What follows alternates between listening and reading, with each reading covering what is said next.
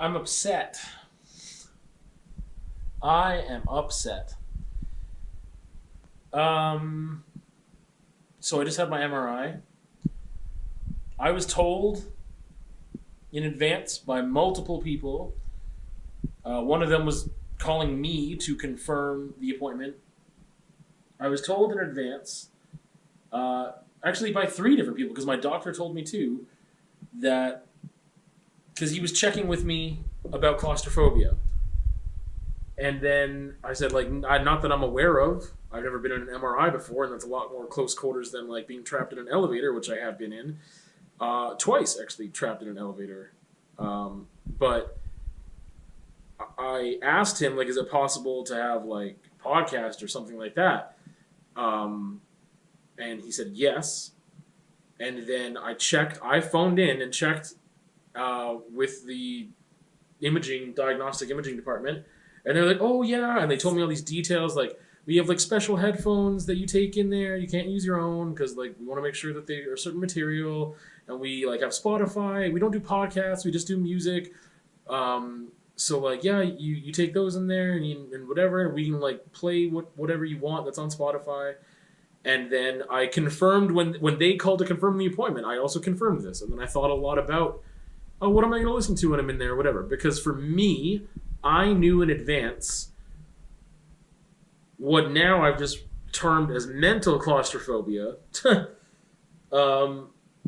which I think I'll explain another day because I still need to figure out what the frick it means. I knew what I would have trouble with is lack of stimulation for a half hour or more and not being able to physically move and being incredibly still and just having no stimulation. That was what was going to be hard for me. And then I got there, and I got all ready in the gown and in pants and everything they wanted. And then I got in there, and he's explaining to me, and he's like, oh, you can sit here or whatever. And he gave me the earplugs, and I was like, okay, so, like, the music thing, like, what's going on with that? And he was like, oh, no, that's not a thing. He's like, no, we can't do that for you. Like, that's not a thing we do. And it was just like, I'm, like, there, ready. I'm not just going to bail, and I need this thing done. But could I have mentally prepared things differently? Maybe. I did it anyway, and I was able to do it. I didn't have to, like, get pulled out. But, like, it felt like I was in jail again. I just, like, had a really hard time not trying to open my eyes. And I knew if I did that, I would realize, like, how enclosed I was. It is just the thought that you cannot leave.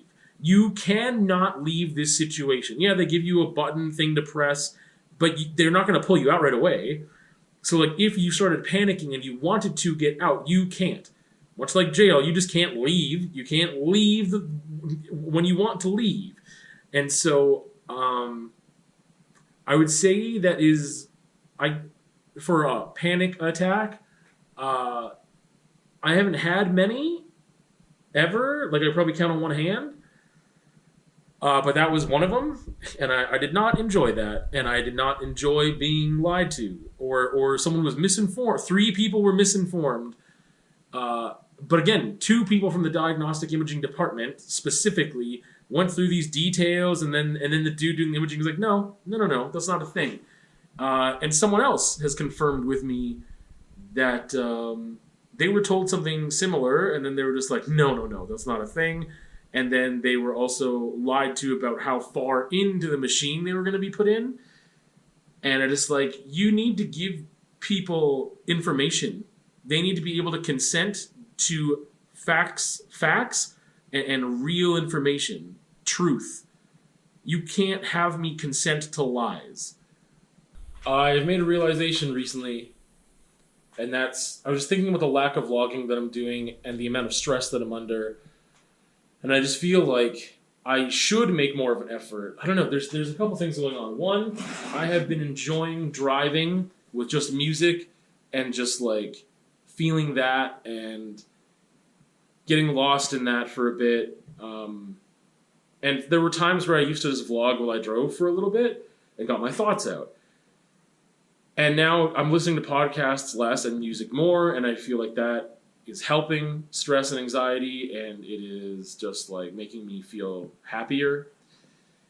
But because I've got so much stress about all this stuff, and some of the things I don't want to talk about on the vlog, some things I can, some things I feel like I can't, or not yet because they're time sensitive and just like I can talk about them later maybe. But I feel like I'm not getting as much external processing out. So I want to make more of an effort to do that, a little more here and there. Sometimes I'd rather, I'm just so focused on showing action of like, I want to show bike rides, I want to show painting stuff, I want to show whatever. Or if I'm out with Ren, or we're doing this cool thing, or like I'm out of town and let's talk about that and show you what I'm looking at versus talking. But I mean, I do a lot of talking, and I want it to be a good balance of both, but sometimes that just doesn't happen. And I'd rather do one than do none. So that's something I've been thinking about, because I've got to wrap up the vlog today. And again, I don't really have much there. So, yeah, job stuff is still, I don't know, again, there's like things I just feel like I can't talk about. Job stuff, there's not a lot on the horizon. There's maybe some stuff. I don't remember if I talked about this, but I applied for a job at a post-secondary institution, and I had a really great interview, and they told me as such, more than one of them. There were 4 people that interviewed me, and I had one person that interviewed me tell me I had a good interview. One person that wasn't even there, I don't know, but they told me I had a good interview. But I didn't get that job, but they encouraged me to apply for other jobs there. So I did, and I'm waiting on that now. I am nearing the end. Tonight is my last night of working this night job that I've been doing until there's another contract anyway. But I've just been searching still constantly, very consistently every week now, making sure that I am always caught up with my job search. And there's just not a lot out there. So that would fulfill me, and that also would sustain me financially. And sometimes I'm looking for just financial sustainment and not emotional, mental fulfillment, because it's rare. So anyway, some paintings here. And I want to talk about, oh, they're upside down, so that helps. And I've got them on Ren's bed, and that's weird. So, studio bed, anyway. So there's that one, and then there's this one. I'm not going to talk about these paintings right now, but I will tell you about a thing to look out for. On Instagram, one of the things that I would like to do, that I'm going to try today, is make reels, but I wanted to do them in an authentic way. And I just kind of clicked into something yesterday where I had an idea of how I can do that. There's this whole thing with reels and the algorithm and people seeing your stuff, and it's just like, I don't make videos really. I don't use TikTok as a user or a creator, and a lot of people end up making content for TikTok and then just put that on Instagram, and a lot of people are finding way more engagement with reels because that's what the algorithm has, that's what Instagram has made happen. It's like, if you have reels, that's more engaging and more people will see it and whatever, versus pushing your regular posts, they're pushing reels. And I was like, maybe I'll try that, but I couldn't find an authentic way to do it. So what I want to do, so I make a new painting, and I'm going to have to do this with some older paintings too that I still have, but I would like to just talk about the paintings. Like, I could write about it, but I think that talking about it not only would be more engaging, but is just as authentic as me writing about it, and potentially less time consuming and more casual. So with these new paintings, what I'm going to do, which I have not done yet, but I'm going to do shortly, is I'm going to do like some close-ups and show video of them, but then I'm just going to like talk about them for a bit and be like, hey, this is what the painting was about. That's content that I would like to see. So that's what I'm going to do. Someone actually asked me recently about my art process videos that I used to do for paintings, and I've brought this up before. On the YouTube channel, there's playlists, and there are art process paintings in that playlist called Art Process, where it's like time-lapsed, and I like have it sped up, and I show you from usually start to finish what the process was in painting, and it's just music, and that's it. I don't really talk about it much, if at all, and you just get to see the piece being created. The one reason that's not working that much right now is because, and I haven't done it for a couple, like 2 years maybe. One, I just didn't find it as fulfilling, and the editing process was long.